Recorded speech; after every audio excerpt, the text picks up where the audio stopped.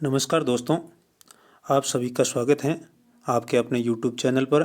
दोस्तों, आज हम बाल विकास एवं शिक्षा शास्त्र के कुछ महत्वपूर्ण प्रश्न करेंगे, तो वीडियो को पूरा देखिएगा और वीडियो पसंद आए तो ज़रूर लाइक करें और चैनल को सब्सक्राइब ज़रूर करें। और आप हमारे टेलीग्राम चैनल से भी जुड़ सकते हैं, जिसका लिंक डिस्क्रिप्शन में दिया गया है। तो आज का हमारा पहला प्रश्न है, लेव वाइगोस्की के अनुसार बच्चों के संकल्पनात्मक योग्यताओं के विकास में महत्वपूर्ण भूमिका निभाता है, जैसे मानकीकृत पाठ्यक्रम, मूर्त पुरस्कार, सहकर्मी सहयोग, सामाजिक अलगाव। तो इसका आंसर है ऑप्शन नंबर सी, सहकर्मी सहयोग। तो दोस्तों, लेव वाइगोस्की के अनुसार सहकर्मी सहयोग बच्चों के संकल्पनात्मक योग्यताओं के विकास में महत्वपूर्ण भूमिका निभाता है। इसमें साथियों के साथ कार्य करने से कक्षा में सकारात्मक संबंध विकसित होते हैं। क्वेश्चन नंबर सेकंड, 4 वर्ष की अपर्णा कहती है कि एक बटन जिंदा है क्योंकि यह उसकी शर्ट को एक साथ बांधने में मदद करता है। जीन पियाजे के अनुसार उसकी सोच की विशेषता क्या है? तो इसमें जैसे है पहला ये ऑप्शन है परिकल्पित निगमनात्मक चिंतन, पारगमनात्मक तर्क, जीववादी चिंतन, केंद्रीय। तो इसका आंसर है ऑप्शन नंबर सी, जीववादी चिंतन। जीववादी चिंतन है दोस्तों, जीववादी में निर्जीव वस्तुएं भी सजीव प्राणी के रूप में मानी जाती है। क्वेश्चन नंबर थर्ड, लेव वाइगोस्की के सिद्धांत के अनुसार आंतरिक वाक क्या है? तो ऑप्शन ए है बच्चों के लिए अपनी सोच को नियंत्रित करने का एक तरीका है, या बच्चों के लिए एक काल्पनिक दोस्त के साथ संप्रेषण करने का एक तरीका है, संज्ञानात्मक अपरिपक्वता का प्रतीक है, या ऑप्शन डी है विकासात्मक देरी का संकेत है।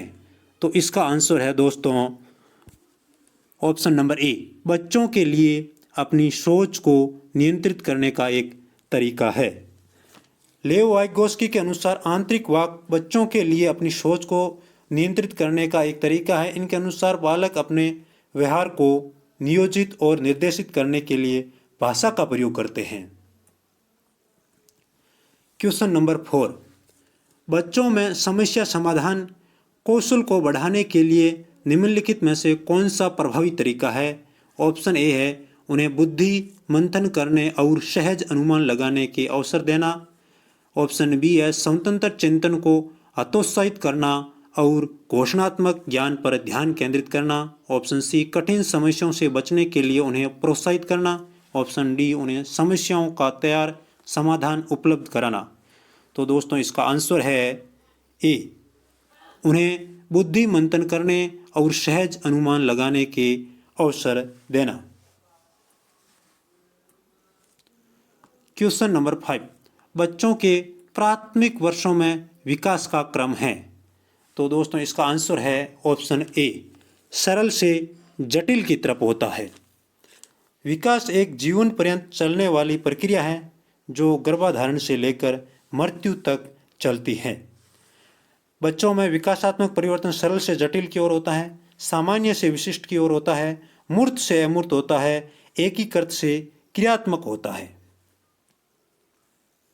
क्वेश्चन नंबर 6, भाषा के विकास के लिए संवेदनशील काल कौन सा है?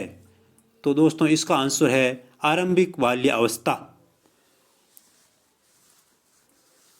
और इस अवस्था में बालक अनुकरण से भाषा को सीखता है। क्वेश्चन नंबर 7, वह प्रक्रिया जिसमें बच्चे समाज में अपनी भूमिका को सीखते हैं क्या कहलाती है? तो इसका आंसर है सामाजिकीकरण। क्वेश्चन नंबर 8, संज्ञानात्मक विकास के किस चरण में बच्चे अनुकरण करने लगते हैं वह उन्हें वस्तु स्थायित्व की योग्यता आ जाती है? तो इसका आंसर है ए, संवेदी चालक। दोस्तों, संज्ञानात्मक विकास का सिद्धांत ये जीन पियाजे ने दिया था, और जीन पियाजे ने संज्ञानात्मक विकास की 4 अवस्थाएं बताई थी। तो पहली अवस्था उसने बताई थी संवेदी चालक अवस्था, दूसरी अवस्था बताई थी पूरे संक्रियात्मक अवस्था, तीसरी अवस्था थी मूर्त संक्रियात्मक अवस्था, और चौथी अवस्था थी अमूर्त संक्रियात्मक अवस्था।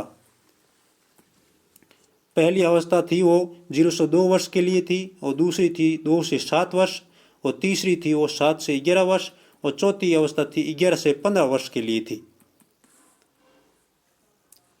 क्वेश्चन नंबर 9, जीन पियाजे के सिद्धांत के अनुसार वह बच्ची जो सूरज को सजीव मानती है क्योंकि वो रोशनी देता है, अपनी सोच में क्या दर्शाती है? तो इसका आंसर है जीववादी चिंतन। क्वेश्चन नंबर 10, निम्न में से कौन सी संकल्पना लेव वाइगोत्स्की द्वारा प्रतिपादित नहीं है? तो इसका आंसर है स्कीमा। स्कीमा सूचना के एक छोटे पैकेट को संदर्भित करता है जिसका उपयोग सूचना को व्यवस्थित और संग्रहित करने के लिए किया जाता है। लेव वाइगोत्स्की के सिद्धांतों के निहित अर्थ के अनुरूप कौन सा कथन शैक्षिक प्रणाली के लिए सही है? तो विद्यार्थियों में सहयोग के बजाय प्रतिस्पर्धा को प्रोत्साहित करना, वांछनीय व्यवहार को इनाम द्वारा बढ़ावा देना व अवांछनीय व्यवहार को सजा द्वारा घटाना, उपयुक्त इशारे व संकेत प्रदान कर विद्यार्थियों को पाठ या आलम्बन देना, उद्दीपन व प्रतिक्रिया के बीच अनुबंध को प्रोत्साहित करना। तो दोस्तों इसका आंसर है सी, उपयुक्त इशारे व संकेत प्रदान कर विद्यार्थियों को पाठ और आलम्बन देना। उद्दीपन व प्रतिक्रिया के बीच जो अनुबंधन का सिद्धांत है वो पावलोव ने दिया था। क्वेश्चन नंबर 12, कोहलबर्ग के अनुसार नैतिक विकास की प्रथम अवस्था की क्या विशेषता है? तो इसका आंसर है ए, नियमों को निश्चित और निरपेक्ष रूप में देखना। धन्यवाद दोस्तों।